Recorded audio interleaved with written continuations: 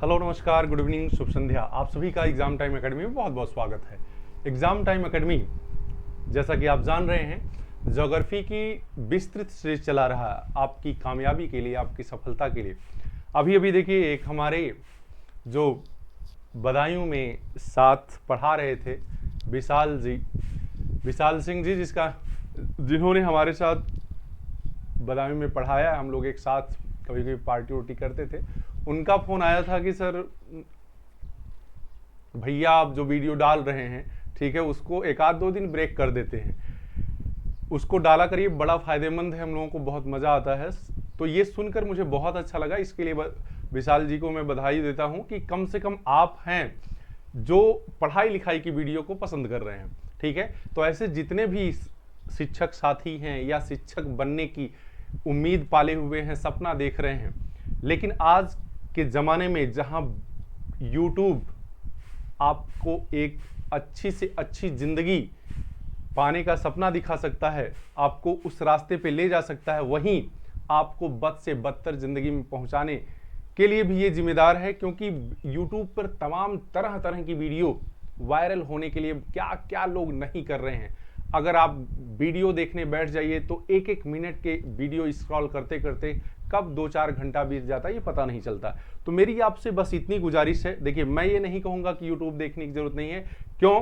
क्योंकि कोई भी चीज़ एकदम बुरी नहीं होती है, बुरी होती ही नहीं, अपने देखने का नज़रिया बुरा होता है। ठीक है, आप अगर पढ़ाई के क्षेत्र में हैं तो निश्चित रूप से पढ़ाई लिखाई से संबंधित वीडियो देखिए, आपको मज़ा आएगा और आपकी आने वाली ज़िंदगी भी अच्छी होगी।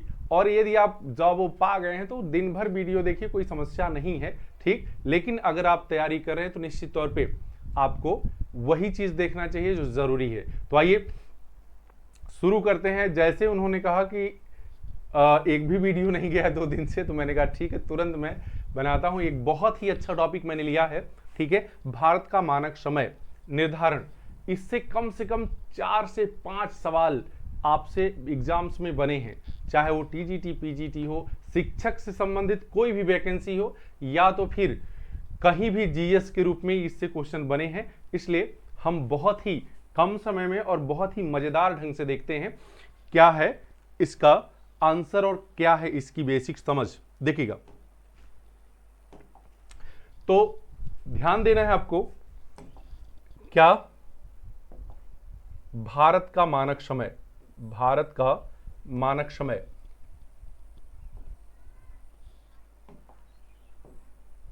हाँ, भारत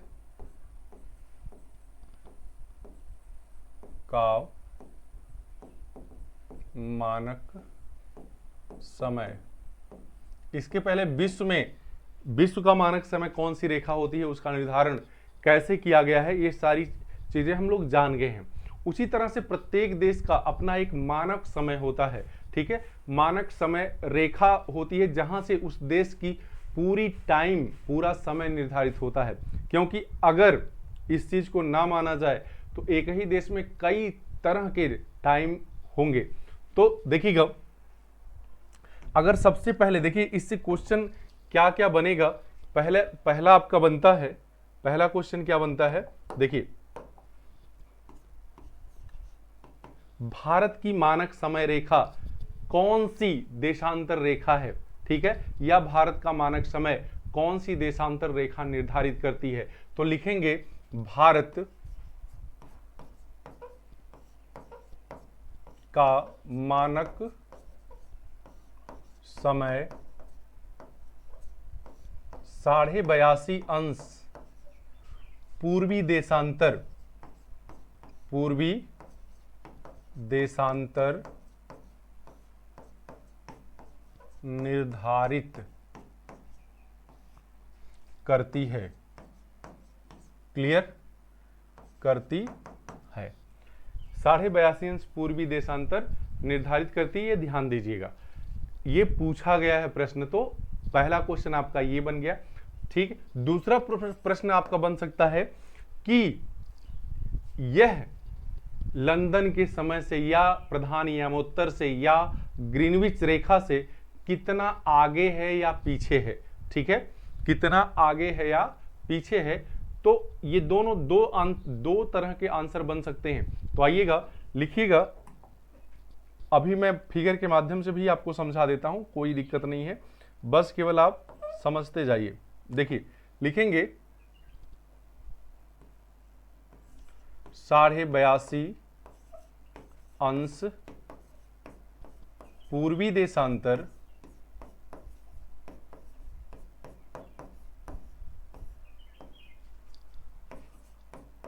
लंदन के समय, लंदन कहाँ की राजधानी है? ग्रेट ब्रिटेन की। कहाँ, किस नदी पर है? टेम्स नदी पर है। देखिए मैंने 2 क्वेश्चन आपको यही बता दिया है, ऐसे ही होता है, ठीक है ना जी। 82.5 अंश पूर्वी देशांतर लंदन के समय से या प्रधान यामयोत्तर,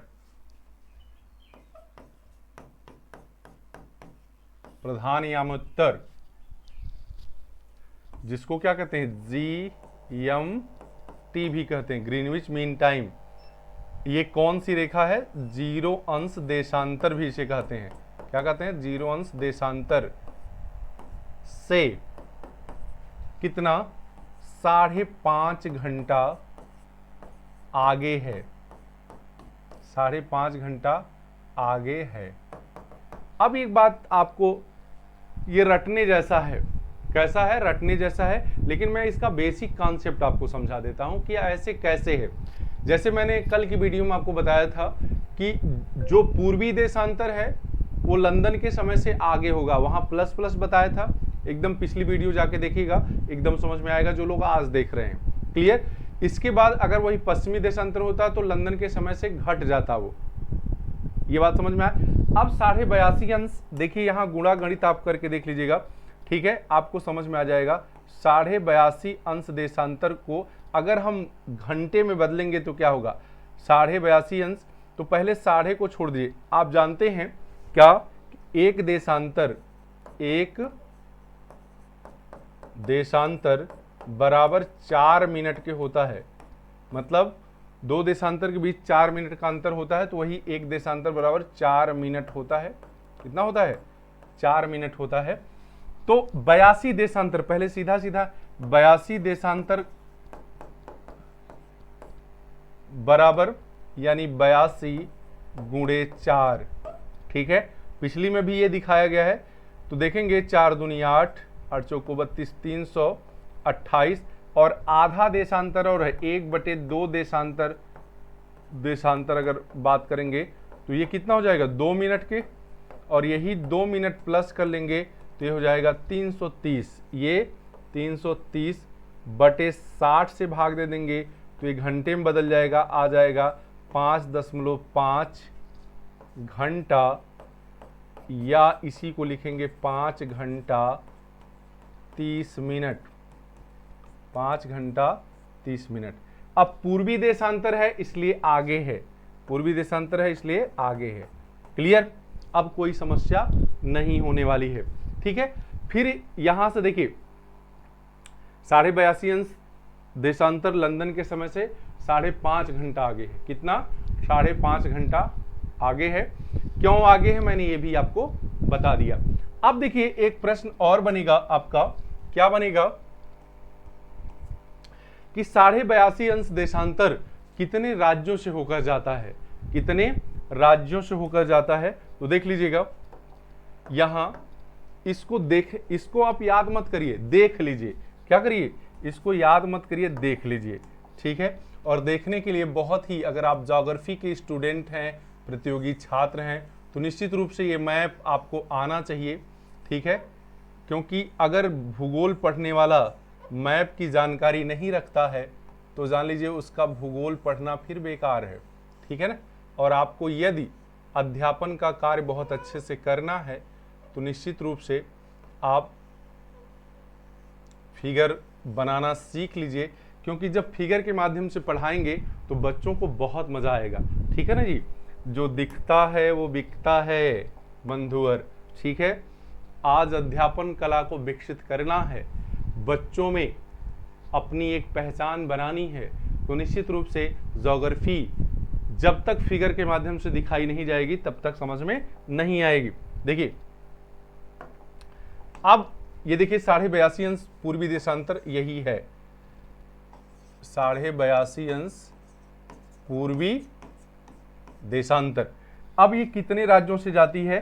5 राज्यों से होकर जाती है। कितने राज्यों से? 5 राज्यों से। देखिए ये उत्तर प्रदेश है, ठीक है, ये आपका मध्य प्रदेश है, ये आपका छत्तीसगढ़ है, ठीक है। कौन सा है? छत्तीसगढ़, ध्यान दीजिएगा। 3 राज्य हो गए। 2 और कौन से हैं? ध्यान दीजिए, एक उड़ीसा है, एक आंध्र प्रदेश है।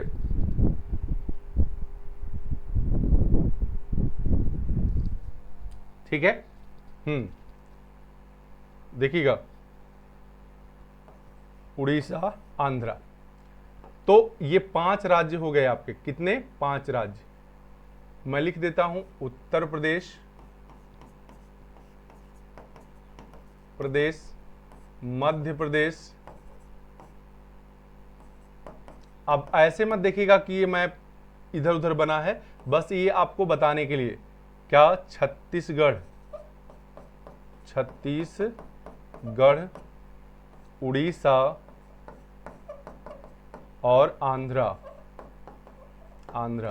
टोटल कितने राज्य? 5। कितने? 5 राज्य, ठीक है। इसमें से बहुत बार क्या करता है, 4 विकल्प देकर इसमें से किस में से नहीं जाता है, एक विकल्प देकर किस में से जाता है, तो ये 5 याद रख लीजिएगा, ठीक है। लिखेंगे क्या कि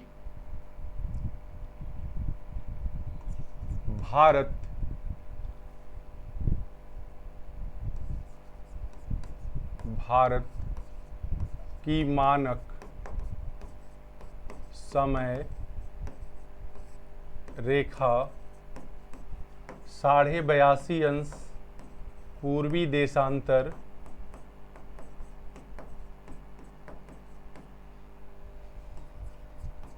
भारत के 5 राज्यों, कहाँ? उत्तर प्रदेश, मध्य प्रदेश,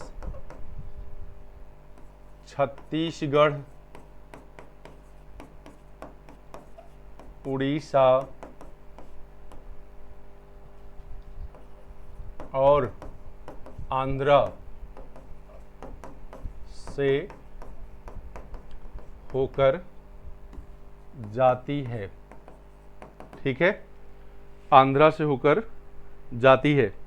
क्लियर? अब कोई समस्या यहां से नहीं आने वाली है। अब देखिए एक प्रश्न और आपको बनता है कि ये देखिए, ये जो खींची गई रेखा है यहां से ये आधे पे है, चूंकि इधर जगह कम थी मैंने इसलिए कम बनाया है। जैसे ये गुजरात का क्या है? गुजरात का गोरमोता। भारत पढ़ाया जाएगा तो बहुत अच्छे से आपको बताया जाएगा। पश्चिमी बिंदु। और ये अरुणाचल प्रदेश में किबुथु है। क्या है? किबुथु सबसे पूर्वी बिंदु। यहां से यहां तक अगर आप देशांतरी विस्तार देखेंगे तो आपको पता है, ठीक है, ये 68 अंश 7 मिनट, ठीक है। कहां? पूर्वी देशांतर से 97.25 मिनट पूर्वी देशांतर तक है। तो जब आप इसको 82 में से घटाएंगे ना, ठीक है, तो आपको लगभग 15 देशांतर का अंतर मिलेगा। यानी यहां भी लगभग 15 देशांतर का अंतर है और यहां भी लगभग 15 देशांतर का अंतर है, ठीक है, 15।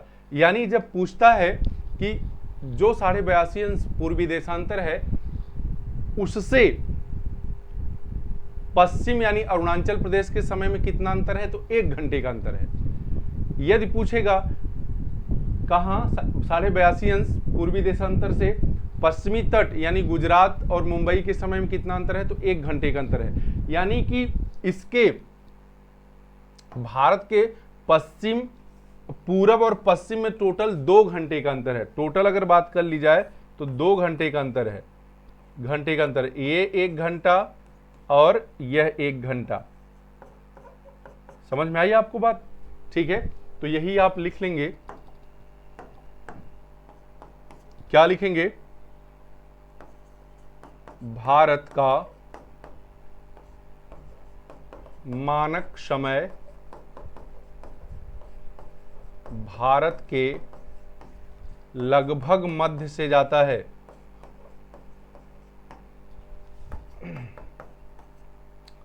लगभग मध्य से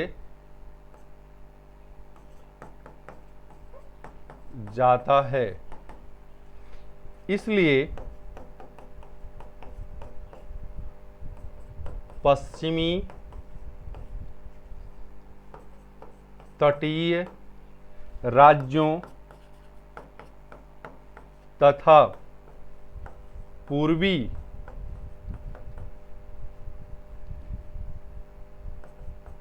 सीमावर्ती राज्यों के समय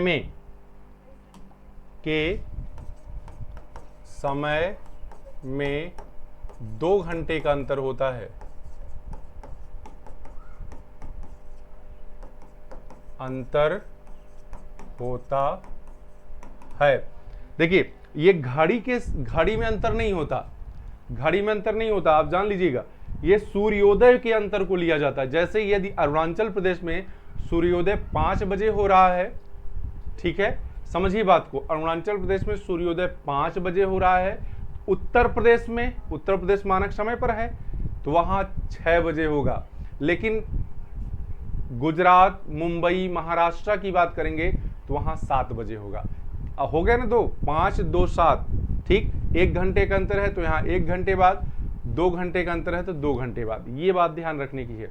कभी कभी आप देखे होंगे कि आपके घर का कोई अगर गुजरात, मुंबई रहता है, जब यहाँ से आप कहते हैं दिन डूब गया तो वहां सूर्य दिखाई देता है, यानी वहां 2 घंटे, या आप यूपी में रह रहे हैं तो 1 घंटे बाद डूबेगा, वहां की रात 1 घंटे बाद होगी। कहने का तात्पर्य यह है कि आपके यहां अगर सूर्यास्त 6 बजे हो रहा है तो गुजरात में 8 बजे होगा, ठीक। आपके यहाँ तो 7 बजे होगा, 6 बजे तो 7 बजे, आपके यहाँ से 1 घंटे का अंतर है।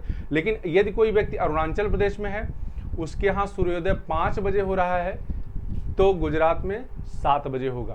क्लियर हो गया? ठीक, यही बात लिख लेंगे। यह अंतर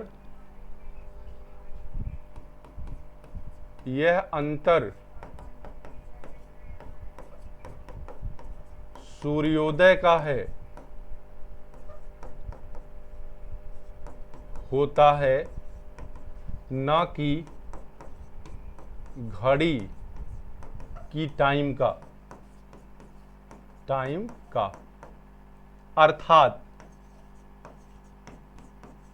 अर्थात यदि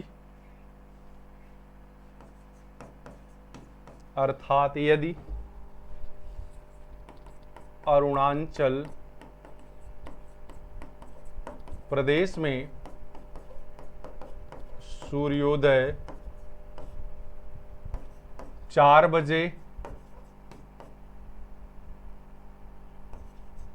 बजे होता है तो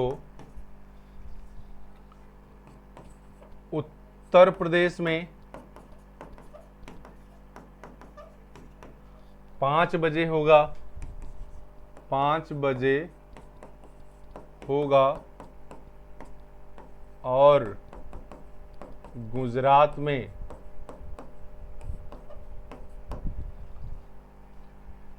4 2 6 बजे होगा। उसी प्रकार सूर्यास्त में भी लेट होता है, ठीक है। उसी प्रकार लिख लेंगे, उसी प्रकार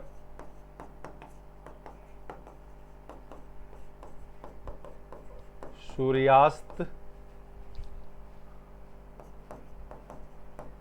में भी होता है। अर्थात यदि अरुणाचल प्रदेश में 5 बजे सूर्यास्त होगा, 5 बजे सूर्यास्त होगा, तो यूपी में, उड़ीसा में, आंध्रा में, सब में, यूपी में 6 बजे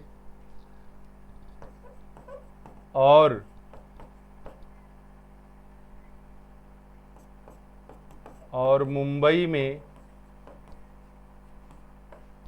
7 बजे होगा। ठीक है, 7 बजे होगा। तो ये बात आप समझ गए।